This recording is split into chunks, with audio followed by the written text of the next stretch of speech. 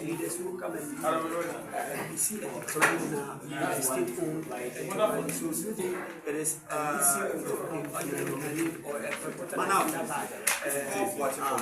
or our CEOs or leaders who are watching this one.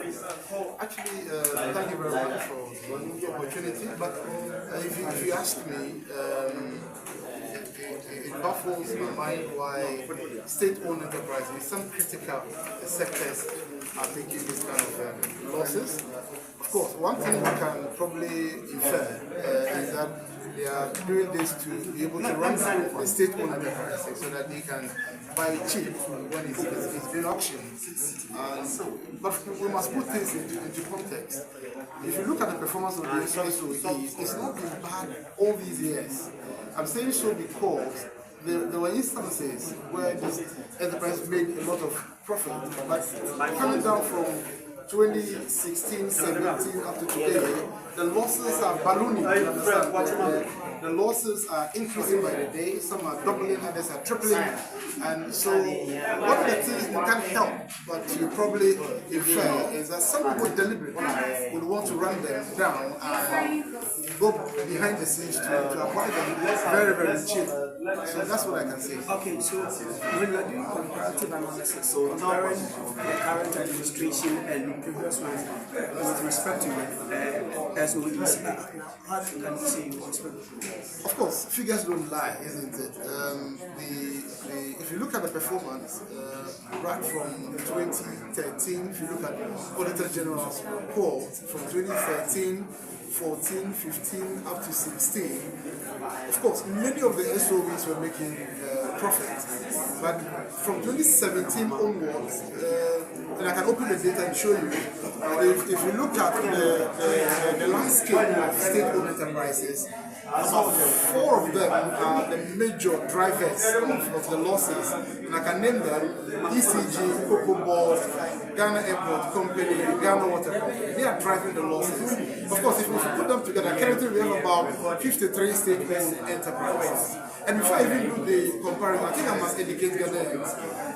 I listened to one of the, I think it's the director of SIGA, John Gwedi, who was saying that state-owned enterprises are not supposed to make profits. I think that's an erroneous. I think I even read it on the platform Multimedia. And I think it's something that we must correct. In Ghana, we have what we call specified entities. There are about 175 of them. Now, we have about 53 which are SOEs, state-owned enterprises.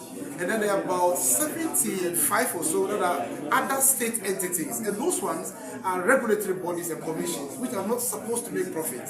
And so you should tell the names that those ones are not supposed to make profit. But by the nature of the establishment of state-owned enterprises, which are different entities, is that okay? They are supposed to be commercially oriented. And when you say they are commercially oriented, it means they are supposed to churn out, is that okay, reasonable economic profit, is that okay, for the state. And so if you tell us that state-owned are not supposed to make profit, that is erroneous. That must be corrected. So we shouldn't have generalized. No, you shouldn't have generalized, because we have joint venture companies where government is partnering the private sector. There are also state-owned enterprises which are commercially oriented, and then we have the other state entities which are not supposed to make profit, and we know. And they are even in the majority, about 75 of them or so. But if you come to the state-owned enterprise, which are supposed to make profit, they are making losses over the years. And the reason why I'm narrowing down to the 4 is that they drive these losses. Let me give you an example. If you look at the losses of these companies in 2020, talking about Ghana Airport Company, talking about COCOBOD, talking about GNPC, and talking about ECD Ghana Water, do you know that the combined losses of just these 5 companies is about 130%? That is about 1/3 more than the total losses of the entire sector. And that tells you that if you look at these 5 companies and address issues happening there, you can address the issues around the performance of SOEs in Ghana. And so now let me come to the comparison. if you take these 4 companies or 5 companies, go and look at the data. I can even open an Excel for you right now. You realize that from 2013, 14, 15, 16, these companies were making reasonable profits. The question I ask myself is, from 2017 onwards, they have been making losses. Why? Is it that somebody, because of the orientation of their political ideology, is that okay, believing in the private sector, is deliberately making the point that the state is not capable of running such enterprises, so that they'll be sold for cheap? You understand what I'm saying? So the figures are there, and they don't lie.